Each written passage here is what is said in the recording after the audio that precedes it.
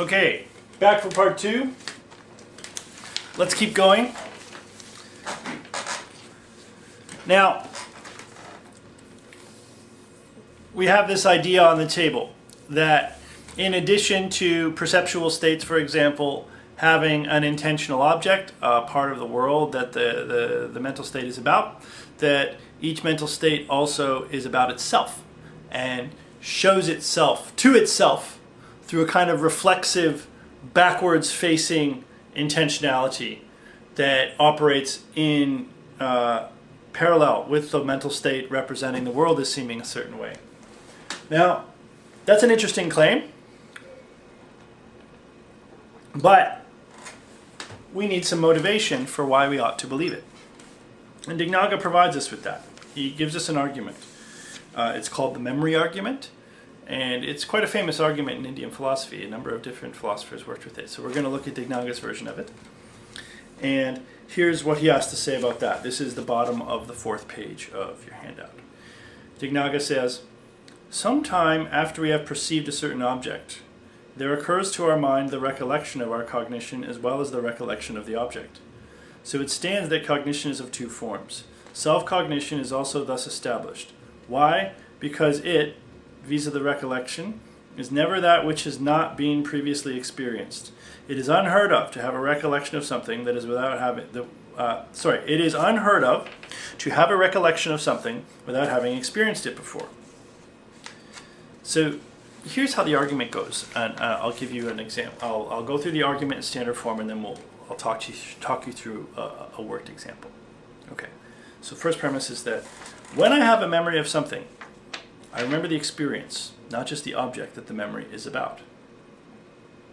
If memory encodes experiences rather than just objects, then when I have the experience of which I am now remembering, the experience and not just the object must have been present. Therefore, the experience and not just the object are present in experience. So here's the idea.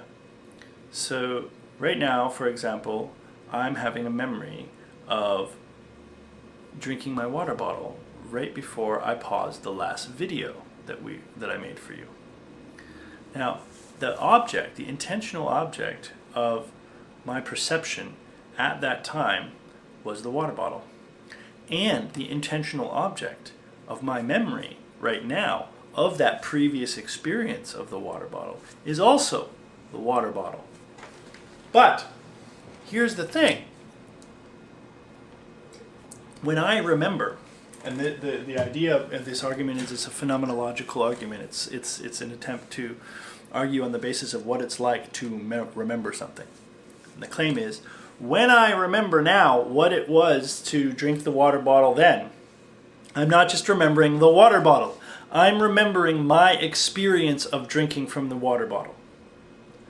And because that's the case, the only way that I could have that memory now of experiencing the water bottle is if when I drank the water bottle then I was also not just having awareness of the water bottle, but also awareness of my experience of drinking the water bottle.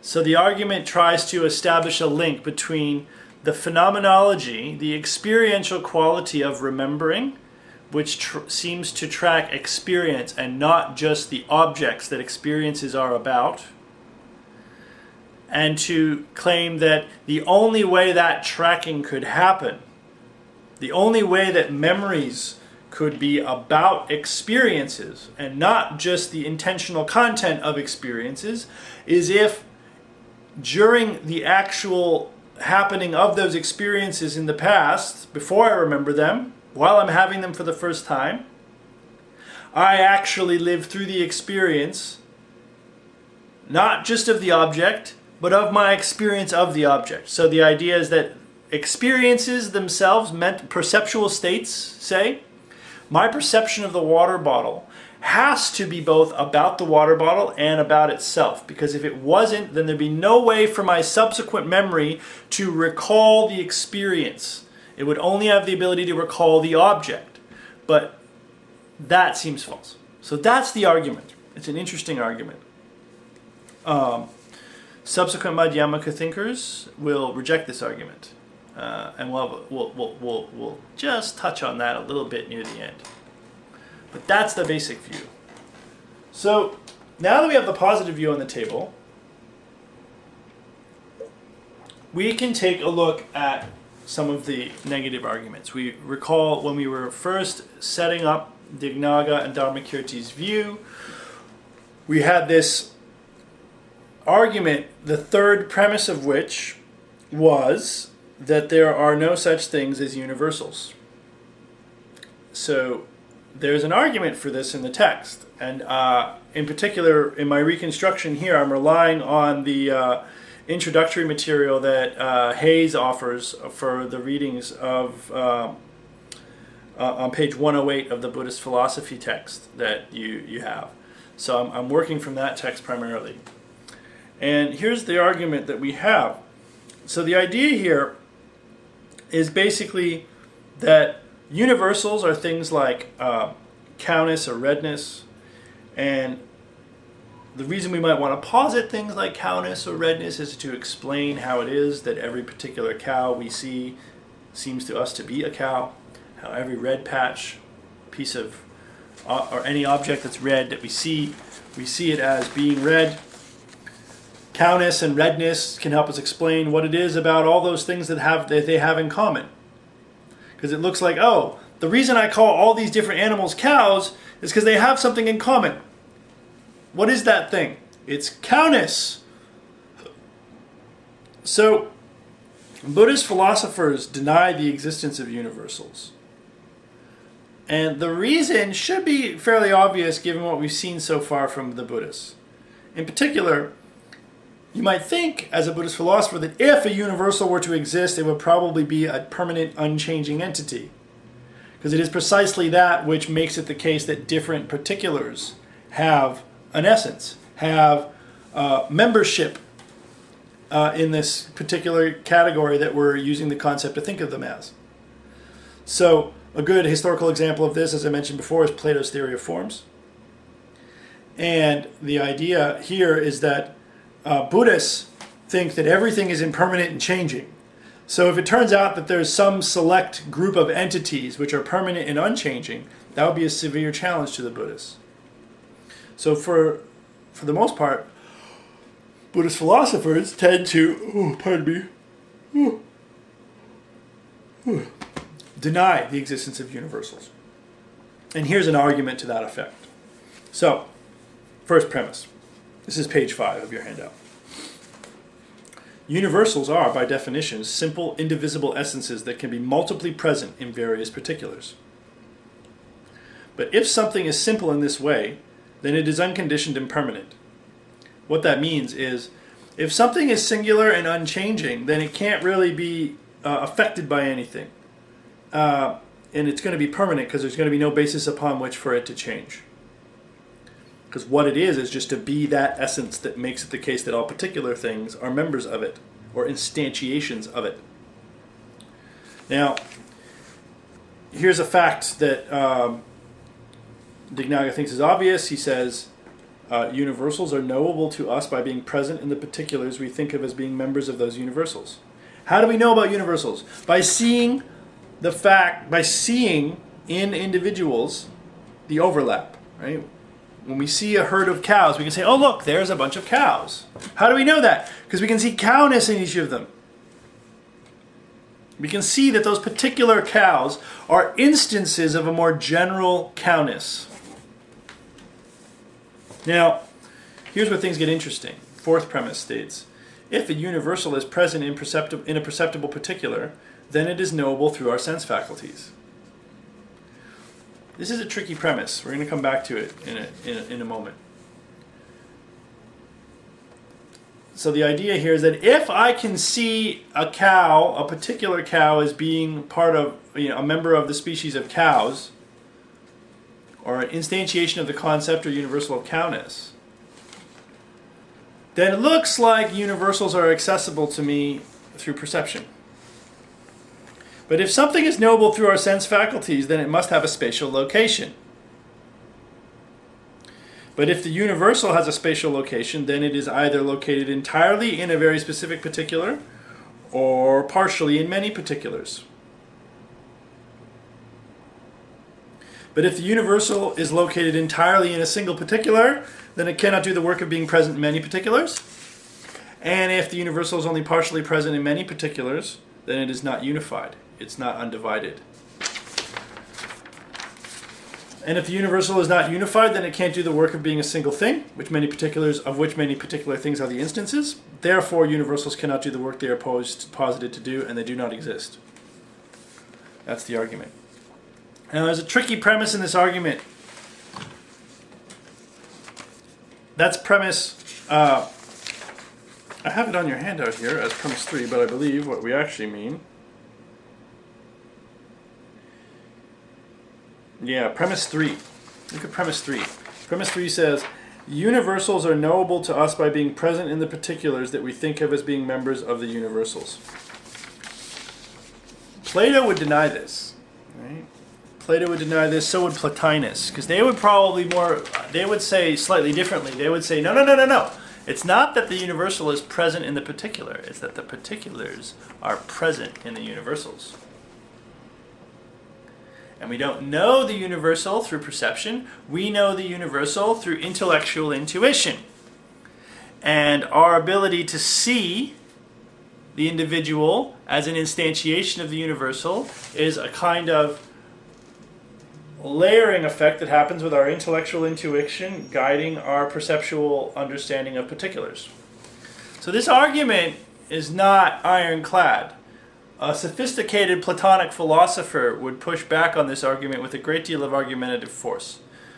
And, the development of this view into something more sophisticated it's beyond our scope. We can't really go into it as much as I would like to. But I just want to point that out to you that this stuff it's not open and shut, not by a long shot. Okay. So that being said, I want to spend a little bit of time now just trying to understand the basic account of apoha. Apoha means exclusion, and it represents a very interesting account of how we use concepts, how concepts are developed, and how they're deployed. So the sort of folk psychological intuition that we have about what concepts are and how they work is that a concept is a way of representing a universal, and the idea there is that there's a kind of essence of cowness or redness or whatever the concept is about, and the particulars are members of that. But then that reifies the universal into a kind of unchanging entity, and this is something that Buddhists want to deny.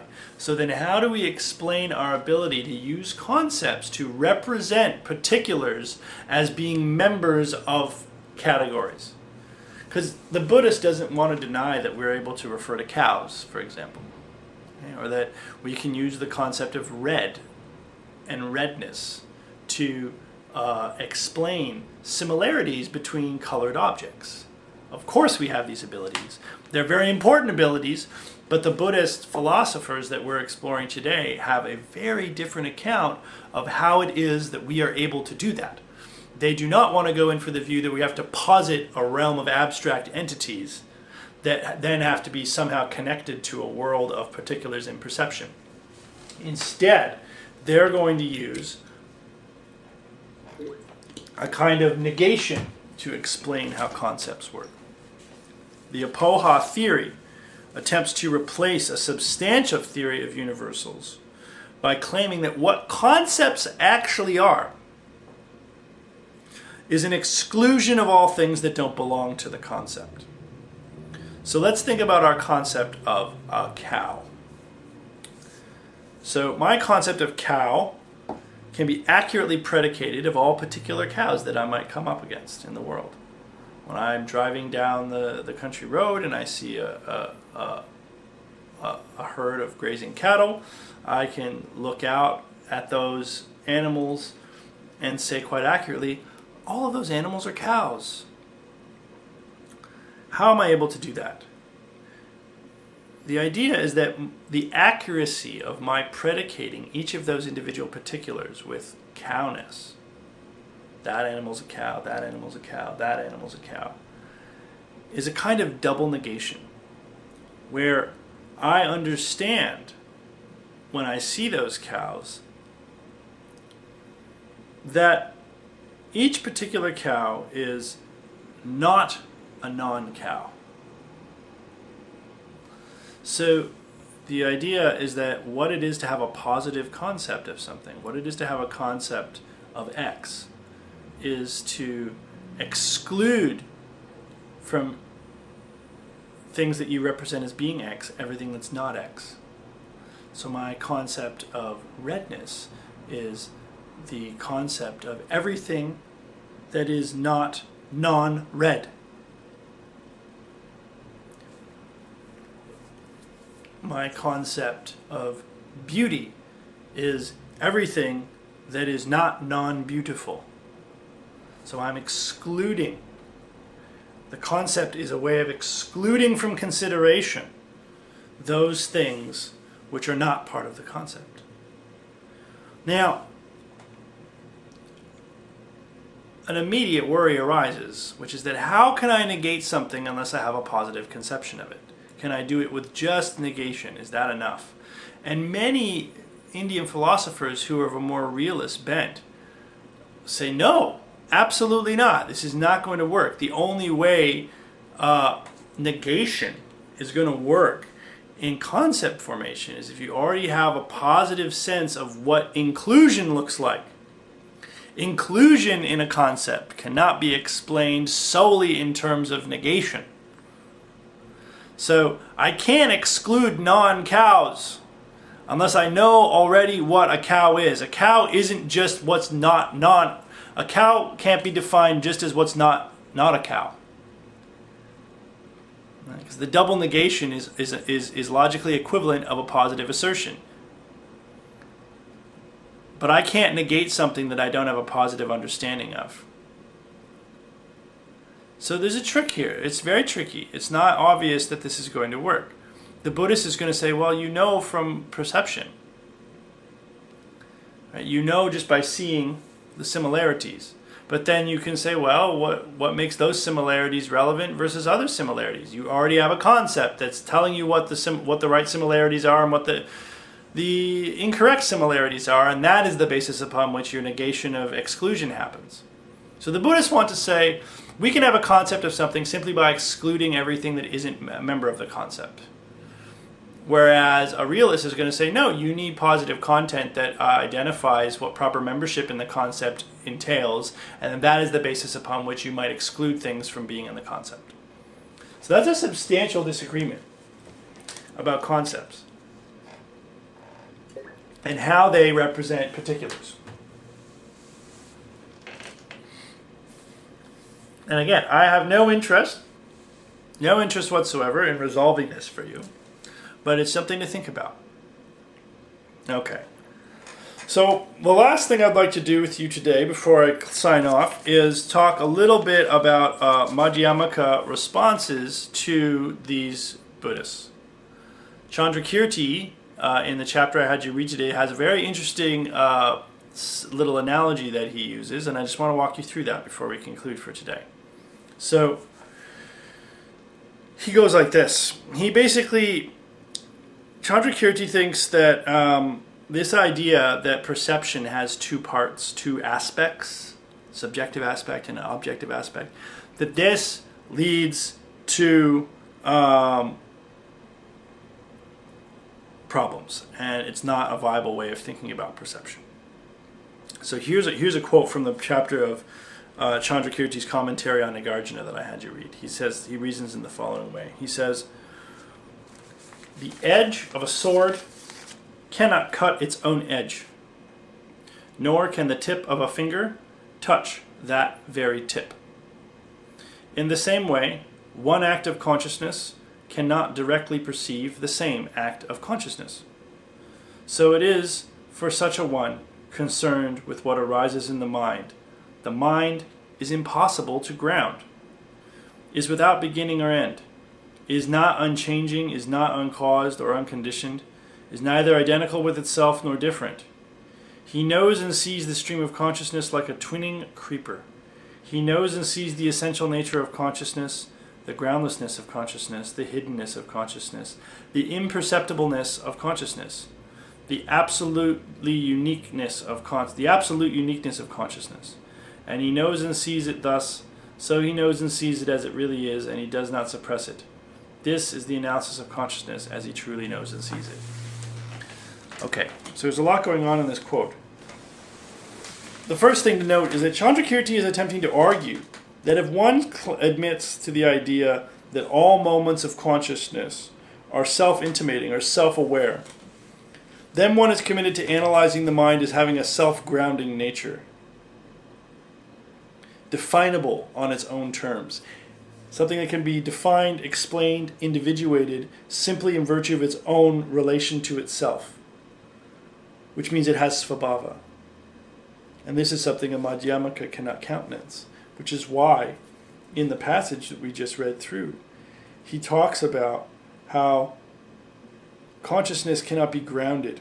He doesn't think that we can ground consciousness in its own nature because it's imperceptible. We can't perceive our own consciousness. The intentional relation that a conscious moment has to an object outside of itself in the world is one thing. But the claim that a similar intentional relation then obtains between the state and itself is a much deeper claim.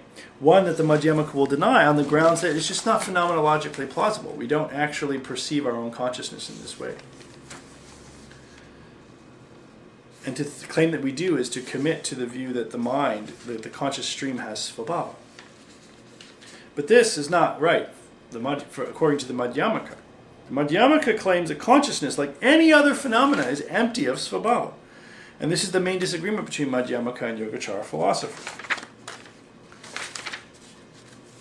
That being said, in our last class next week, we are going to read from Shantaraksita, who offers a fairly amazing attempt to explain how it is that these two schools of thought can be unified.